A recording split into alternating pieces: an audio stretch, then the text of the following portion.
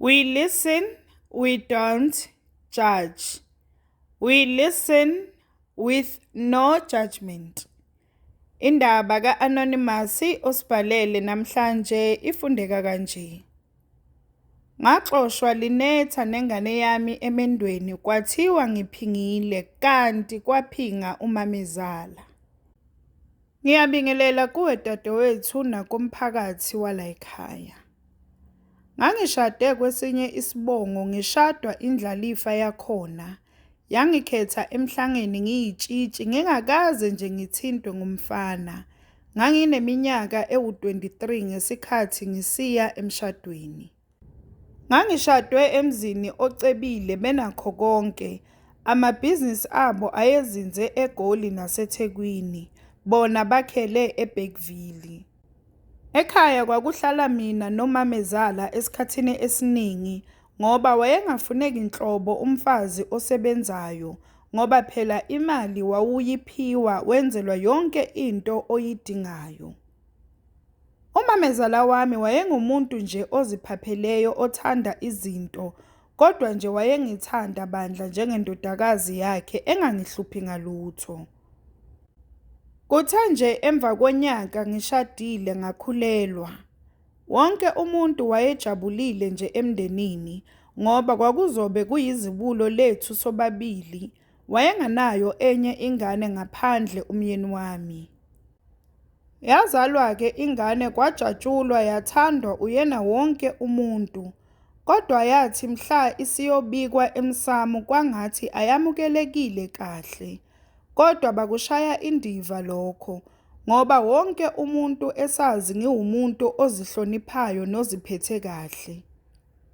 Ukukhula kwengane kwaba ingane nje ehleli ingena esibhedlela iphuma kungaziwa nje ukuthi iphethwe yini. Kuthe lapho isingene esikoleni ingane kwaqala kwenyukela. Ikhala ngokuthi ayiboni uma ibhala. Emehlweni kuyacima nje ingaboni lutho. Samhambisa-ke kudokotela wafike wathi yena nje akaboni lutho awanankinga amehlo engane.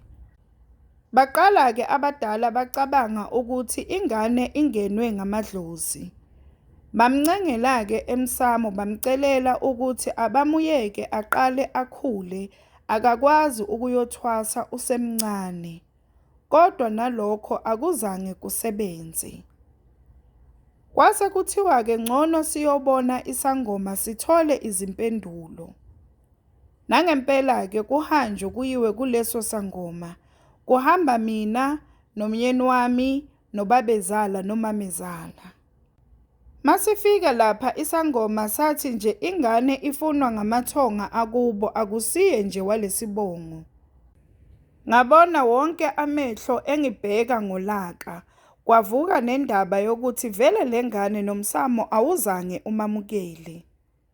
Ngathi kumakhosi ngisacela ubhule kahle bandla. Mina ngisho ukuthi ingane ngeyomyeni wami.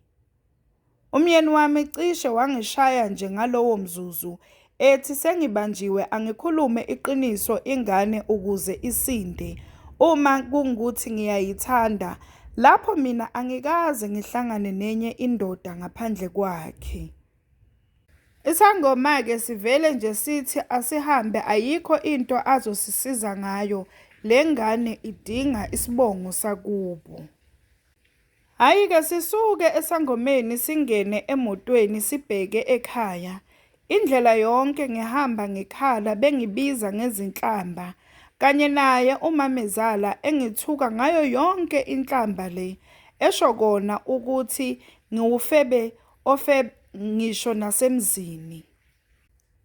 Into eyayingizwisa kakhulu ubuhlungu ukuthi angikaze nangelilodwa ilanga ngicabange ukutshontshisa enye indoda. Kodwa namhlanje ngibizwa ngamagama ngento engingayazi.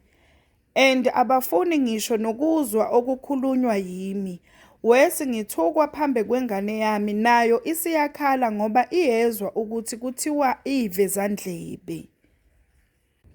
Masifika-ke ekhaya umyeni wami walahlela impahla zami ngaphandle wathi angiphume ngiphele nevezandlebe lami ngiyolifunela uyise. Ubabezala wathi ngoba ngilokhu ngikhala ngokuthi ingane ngeyala ekhaya, angilale okwanamhlanje kusasa sivuke siye kwesinye isangoma, mhlambe lesiya sinamanga. Umyeni wathi nje umsamo nawo unamanga yini kodwa?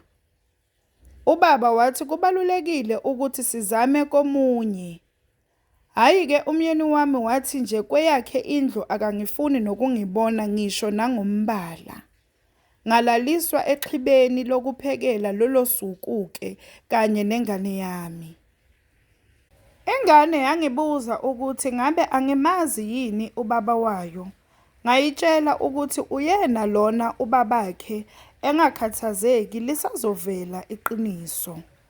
Ngoba angisoze ngalukhohlwa loluya suku. Nasekuseni-ke angizange ngikhone nokudla, bazulazula saze saya esangomeni sekuwu-1 emini. Masifika nakhona sathi lesangoma umntwana ufunwa izidalwa zakubo, wabikwa ezidalweni ezirongo. Ngaswela ngisho umgodi wokucasha ngoba ngase ngizwile izinhlamba. Sabuyela-ke ekhaya umyeni wavele wathi angime egeyithini nevezandlebe lami ngingabe ngisanyathela emagcekeni akubo uzongiphosela izimpahla zami. Lapho kuyanetha nelanga seliyashona akasazweli ngisho ingane. Hhayi-ke asiphose ngezimpahla okunye kuwela le kungena emanzini phela kuyanetha. Saqoqa-ke nengane yami sahamba sayofuna itekisi, sayofika ekhaya ngobumnyama simanzi nte. Bethuka ekhaya bebona siqhamuka singalolo hlobo. Bangibuza-ke abazali ukuthi ngabe kwenzenjani niqhamuka ninje ngoba phela nina ninezimoto ebaleni yini lena ebesiphuthuma nize niqhamuke ninje. Ngabahlalisa phansi ngabachazela ngabatshela futhi ukuthi mina ngisho ukuthi ingane ngeyomyeni wami ngoba akaze ngihlangane nenye indoda ngaphandle kwakhe. Ngakho bengicela beyongicelela i-DNA ma ukuthi ingane yami isebenzisa isibongo esirong, kusho ukuthi nomyeni wami naye usebenzisa isibongo esirong. Nangempela-ke ekuseni savukela khona nabazali bami nayo ingane. Ngangingathandi-ke ukuthi ingane ibone konke lokhu ngoba already yayisihlukumezekile, kodwa kwakumele ibe khona. Safika-ke ngale ubaba wabatshela ukuthi uyayizwa indaba yabo futhi akami nami, kodwa nje ucela ukuthi siyokwenza i-DNA ukuze sibe nesiqiniseko nhlangothi zonke. Umyeni wami wathi akungabe kusalindwa, yena nje usehlukumezeke kwanele, futhi nokuthi ebelokhu ebona mina nengane kumhlukumeza kakhulu. Hhayi-ke sangena emotweni saqonda esibhedlela. Bafike bathatha amagazi bathi ama-results asheshayo athatha u-24 hours. Ngakho kuzomele sibuye futhi kusasa. Ngakusasa-ke sahlangana esibhedlela safike sawathola ama-results abuya ethi umyeni wami uyena ubaba wengane. Lapho useyibize ngevezandlebe ingane yakhe. Kodwa ngangingamsoli kakhulu ngoba nanoma ubani ubengakwenza lokhu. Wathi ubaba qhubekani phela niyithuke ingane yami, angithi ufebe. Ithukeni phela. Sebebhekise amakhanda phansi sebenqunywe imilomo. Umyeni wami yena sesima ngezinyembezi nje uma ebuka ingane nami. Uthe ethi uyayiphakamisa ingane yavele yanqaba, yamtshela ukuthi iyamzonda. Bathi ngcono siyohlala phansi ekhaya sikhulumisaneni. Ubaba wathi mina benginganicebisa ukuthi umkhwekazi nomkhwenyane bevele bethathe amagazi singakaphumi esibhedlela, ngoba angeke siyishaye indiva ekhulunywe yizangoma, ngoba ingane iyagula, vele kukhona okungahambi kahle. Weqa uMamezala wathi nje uyangithuka, ucabanga ukuthi anginasimilo mina, ngihamba ngilala. Wathi ubaba lutho bengingalwi mina, bekuwumbono ngoba ingane iyagula.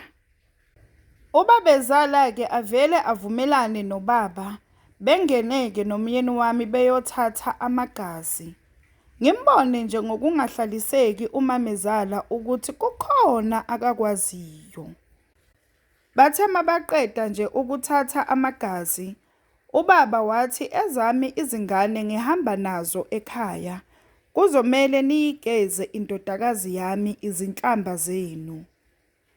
Ingane yami-ke yona yayivele ingafuni nokuthi uyise ayithinte. Kuthe ngakusasa ngabona ngemoto yomyeni wami egeyithini. Ubaba wathumela ingane ukuthi emtshele engene. Ngambona esiza nje ukuthi lo muntu akakhoni nokuhamba uyafosta.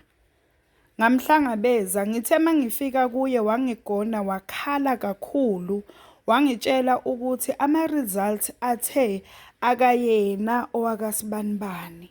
Lokho kusho ukuthi lo baba akamazi impilo yakhe yonke, akuyena ubaba wakhe. Wathi bekangazi nokuthi abambephi ashiye kuphi, yingakho evele wadriver weza ekhaya. Wathi nje akakhoni ukumbheka ubaba wakhe ngendlela ambone asezinhlungwini ngakhona.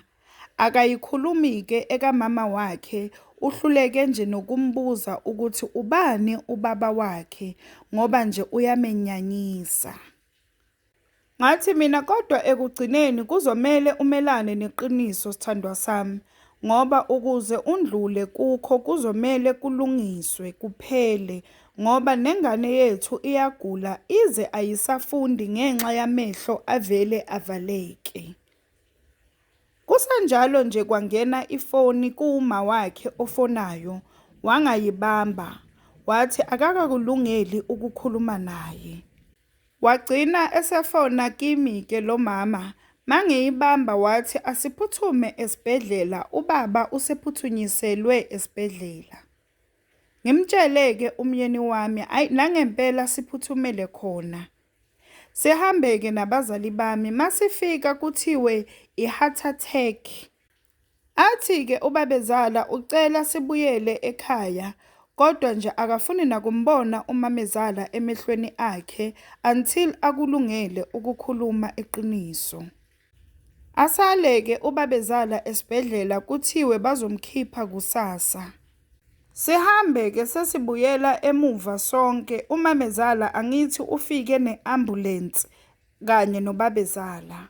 Sesigibele imoto eyodwa-ke sonke, abazali bami naye uMamezala. Kuthulekile nje la emotweni, akekho okhulumisa omunye. Ngibone ukuthi le moto ayiqondi ngasekhaya, ngingabuzi lutho nje ngithule. Kanti umyeni wami uyoshiya uMamezala kubo la azalwa khona. Naye uMamezala engazi, uma ngale nje esebona imoto ima egeyithini. Angazi-ke ukuthi indlela bekangayiboni yini sonke lesikhathi, noma ukuthi nje vele izingqondo azisebenzi. Wazama-ke ukuncenga kumyeni wami ukuthi engamshiyi uzoyilungisa le ndaba. Wathi nje umyeni wami, uyamkhumbula unkosikazi kanye nengane yami benethwa imvula ngenxa yezenzo zakho. Ngicela nje ungiphumele emotweni. Waphuma-ke esezikhalisa. Umyeni wami akazange angene ngisho ukuthi eyobingelela endlini, wavele wahamba. Sandlula-ke ekhaya sashiya abazali bami, sathatha nezimpahla zethu ngabuyela emzini nengane yethu. Ngakusasa-ke saya esibhedlela sayolanda ubabezala. Sithe sesisendleleni ebuyayo, ubabezala wathi kumyeni wami, ngicela wazi ndodana ukuthi uyohlezi uyingane yami, ngikuthanda ngakho konke, useduze kakhulu nenhliziyo yami. Kuso sonke isinqumo ozosithatha ngicela ukukhumbule lokho. Angithinta kakhulu amazwi kaBabezala kwangathi ukhuluma nami zavele zehla izinyembezi kimi. Wathi umyeni wami, ngiyajabula baba ukuzwa lokho, bengithi uzovele ungixoshe la ekhaya. Sithe nje uma sifika ekhaya safica uMamezala nabakubo bekhona. Kwahlalwa phansi-ke kwakhulunywa. Walikhipha iqiniso uMamezala wathi uzaliswe umzala kaBabezala owasehlangothini lakomama kaBabezala. Ngethuka kakhulu uma ekhuluma lokho ngoba lowo mzala vele uBabezala uma engekho akapheli la ekhaya. Ngazibuza ukuthi ngabe lezi ezinye izingane akusizo yini ezakhe umzala. Kwathunywa umuntu-ke ukuthi akayobiza umzala ngoba vele ubehlala eduzane. Wahamba-ke umuntu wabuya naye, wafike wahlaliswa phansi-ke umzala wabuzwa ukuthi ngabe uyazi yini ukuthi unengane la ekhaya. Waqala wathi mina ingane. Wathi uBabezala angidlali nawe ndoda, ungafuni ngize ngikuhlinze. Uyamazi vele-ke ukuthi uBabezala uyahlanya uma sekumele. Wathi-ke umzala mina bengihlala ngizwa abantu bethi uSibanibani unenswempu yami, kodwa ngathi uma ngibuza uMasibanibani, wathi yena akuyona eyami lengane. Wonke umuntu wabamba ongenzansi ngoba phela uSibanibani lo oshiwo ngumzala uyi-second born, akusuye umyeni wami. Ngambona eginqa amanzi uBabezala wase emusho ngesagila, baze bambamba-ke abantu. Wathi uBabezala okwanamhlanje angifuni ukukhuluma ngoSibanibani, esho lo oyi-second born. Ngicela uthathe nangu umfazi wakho uhambe naye emzini wakho, esho uMamezala. Seniyolala nikhuluma ngokwenzela umntwana isiko ngoba uyagula udinga ukubikwa emadlozini. Okwamanje uyena engimaziyo ukuthi uyise walengane akasiyo ingane yami ngoba nginobufakazi ukuthi akayena owami. Sobuye siyikhulume-ke le ekaSibanibani, esho le second born. Futhi nje angifune inhlawulo yakho, ngiyazi mina uzongibhadala kanjani. Wathi umzala angeke ngikwazi ukuhamba nonkosikazi wakho mzala. Wathi uBabezala uzohlulwa yini ngoba ukwazile ukulala naye. Washo edonsa uMamezala kabuhlungu ethi awungiphumele wena Febe, futhi ungathathi ngisho inhlabathi yala ekhaya. Ngicela nje uhambe nobaba weingane zakho ngoba ngathi kuyacaca mina anginangane la ekhaya. Kwacaca-ke ukuthi ubhodla umlilo uBabezala akezwa muntu. Wagcina ehambile-ke uMamezala nobaba weingane zakhe. Sezwa-ke ukuthi kuthiwe makufikwa ngale, nakhona umfazi kamzala wambhaxabula ngenduku uMamezala. Indoda yathi iyalamula nayo futhi wayibhaxabula ngenduku. Kodwa kusho ukuthi-ke bagcina bezwene ngoba wahlala lapho kwaze kwawukuthi kulungiselwa ingane, kodwa kwakumele kuqale kulungiselwe umyeni wami bese kuza enganeni. Wayengathandi-ke umyeni wami, wayezizwa sengathi ukhaphela ubaba wakhe, yize wayemuphile izibusiso kodwa kwakungelula. Sekundlulile-ke konke lokomsebenzi, ubaba wacela ama-DNA alezi ezinye izingane ezimbili. Abuya-ke ama-result nakuzo kwatholakala ukuthi akuzona ezakaBabezala. uBabezala wabuya esibhedlela ehlise umoya kungathi akukho lutho olwenzakele. Wafonela uMamezala kanye nomzala wathi ucela ukukhuluma nabo. Wabese ecela nathi-ke ukuthi asihambe akafuni sibone ukulwa kwabo. Bafika-ke bangena endlini umzala nomamezala, wabadubula naye wazidubula ubabezala. Thina-ke sadrayiva saya e-mall, asizwanga ngisho nesibhamu siqhuma. Kodwa uma sifika khona lapho e-mall, sahluleka ngisho uku-oda ukudla sidle. Akekho owayekhuluma nomunye, sonke amaphaphu ayephezulu. Sizibuza ukuthi ngabe kwenzakalani emuva. Sizibuza ukuthi ngabe isiphi isixazululo abazophuma naso. Ngabe umndeni usazoqhubeka futhi ube ndawonye. Kwakukuningi nje okusemiqondweni yethu.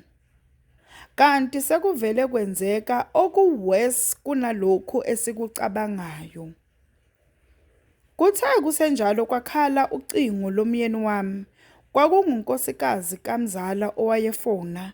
Wathi ucela nje siphuthume ekhaya sekumoshakele, waqede wavala ifoni. Sithe uma siphindela emumva ngazibuza ukuthi ngabe uchaza ukuthini uma ethi sekumoshakele. Ngavele ngashaya umthandazo omncane ngathi Nkosi, makungabi ukuthi khona umphefumulo osophumile. Kanti sengithandaza emva kwendaba. Sithe nje masiqhamuka ekhaya sekugcwele abantu bayakhala. Ngavele ngabona ukuthi lana kukhona ongasekho ngendlela abantu abakhala ngakhona. Ngavele nami ngasiqhumisa isililo ngingazi ngikhalelani. Nomyeni wami ngala naye akasakhoni nokuzibamba ziyehla izinyembezi. Wehluleka ngisho nokuphuma emotweni. Beza kithi-ke abantu abadala basicela ukuthi singene ekhaya ngoba imoto yayilokhu ime ngaphandle.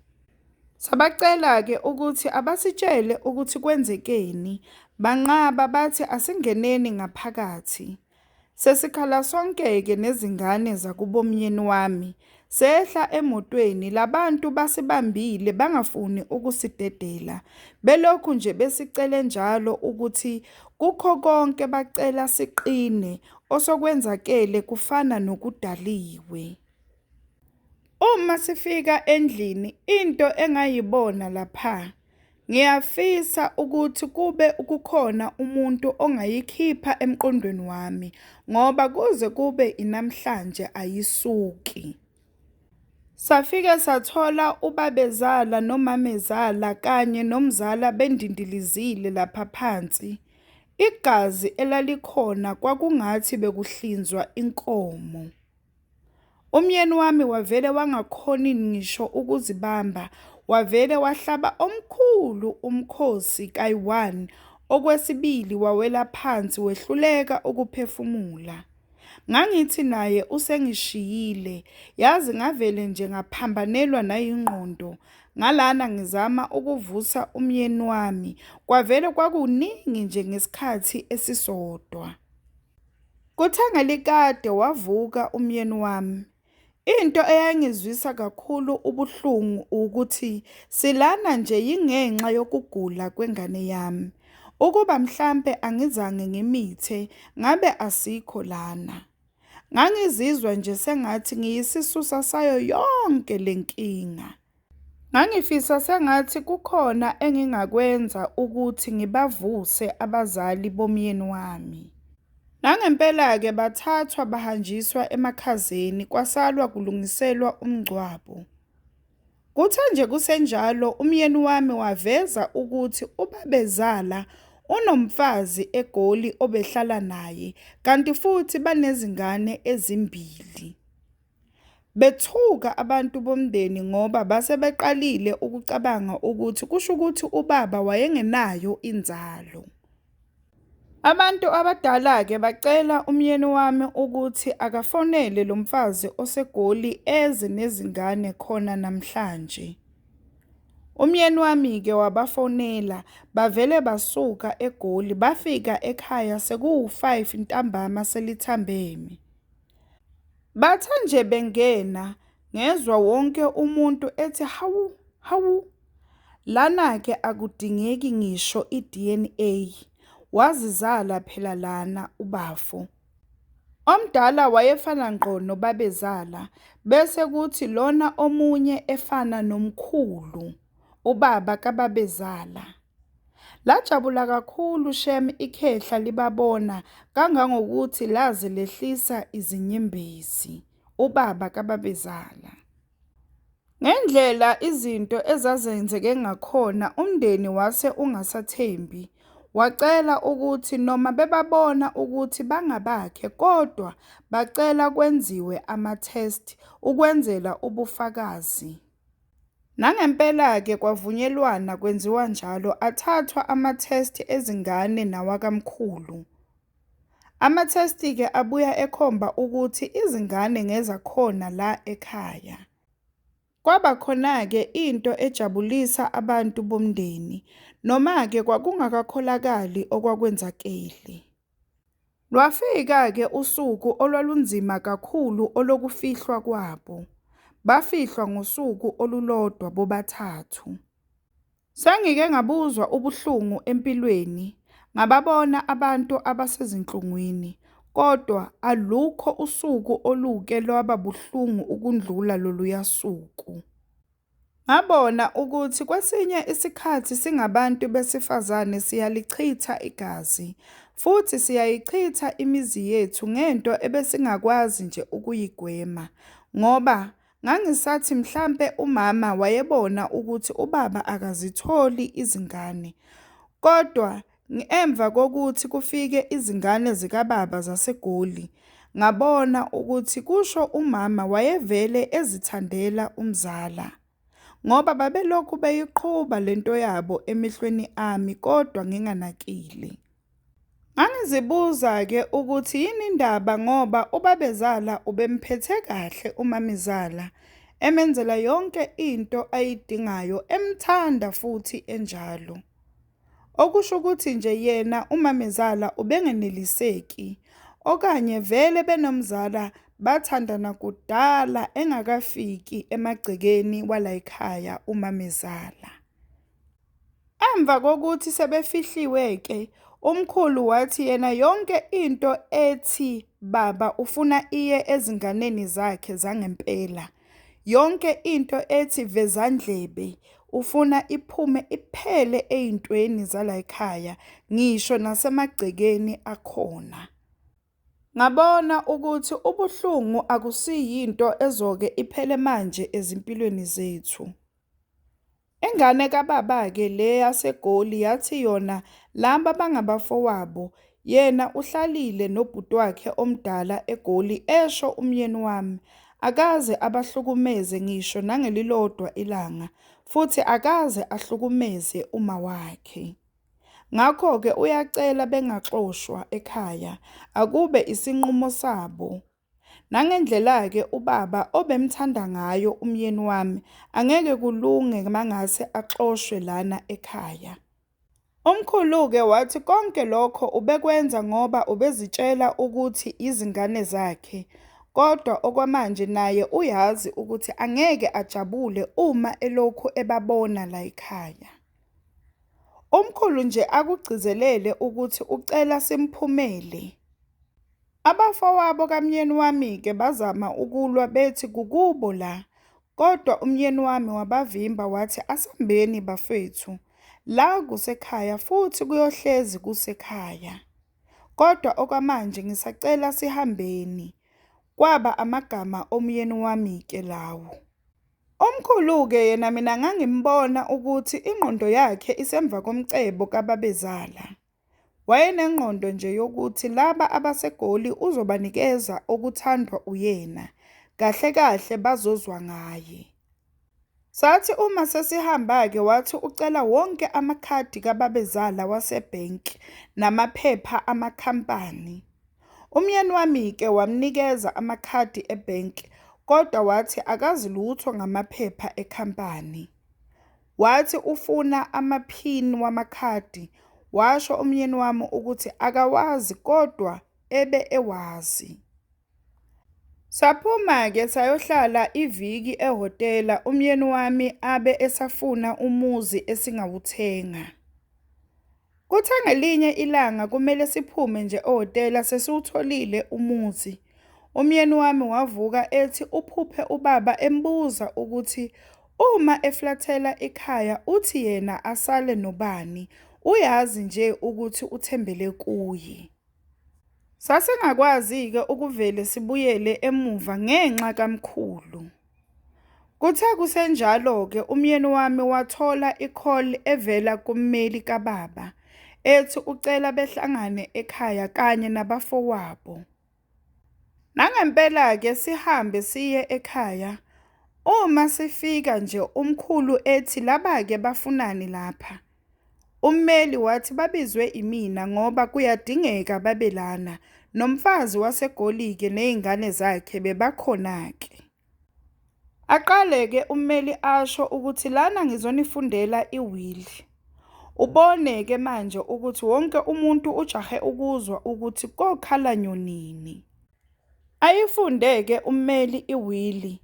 Kucace ukuthi izingane zonke zisele namabhizinisi azo, ezaseGoli kanye nalezi zakhabomyeni wami. Kusho ukuthi-ke ubaba wayenemizi emithathu, oseGoli nalo osekhaya bese kuba oseThekwini. OwaseGoli-ke wawufaka ngaphansi komfazi wakhe waseGoli. Lona wasekhaya wawufaka ngaphansi kaMamezala ngoba wayengazi phela ukuthi bazohamba ngesikhathi esisodwa. Owesithathu-ke wawufaka ngaphansi kwami, washo ukuthi imizi wayakhela abafazi. Lona uwufake ngami ngoba ngingumakoti wakhe wokuqala, uyazi ukuthi ngizowandisa umndeni wakhe. Imoto-ke vele ingane zakhe zonke zazinazo ngaphandle kukaThumbu lo owaseGoli. Ngakho imoto yakhe wayinikeza yena, enye-ke wayinikeza ingane yami. Umkhulu-ke yena babemshiye nezinkomo. Into eyakwatwa ngumkhulu. Wazama ukulwa kodwa kwakungasizi ngoba angeke kushintshe lutho. Kwakumele amukele ukuthi asiyindawo. Kuze kube inamhlanje-ke sihleli futhi singabakwa sibanibani ngoba uyena ubaba esimaziyo. Sesize sinezingane ezintathu sinomyeni wami. Sibambene-ke futhi kakhulu nezingane ezaseGoli. Izingane nje zikababa zonke zibambisene. Namabhizinisi futhi ziwaqhuba kahle ngokubambisana. Umyeni wami useyinhloko yaleli khaya. We listen, we don't judge. We listen with no judgment. Sacela usitshele ukuthi ucabangani ngendaba ka-Anonymous osibhalele namhlanje lapha ku-comment section. Sacela ungakhohlwa ukulike, ushare, usubscribe. Ungakhohlwa futhi ukuthi ukusubscribe it's for free, awubhadali lutho. It's for free.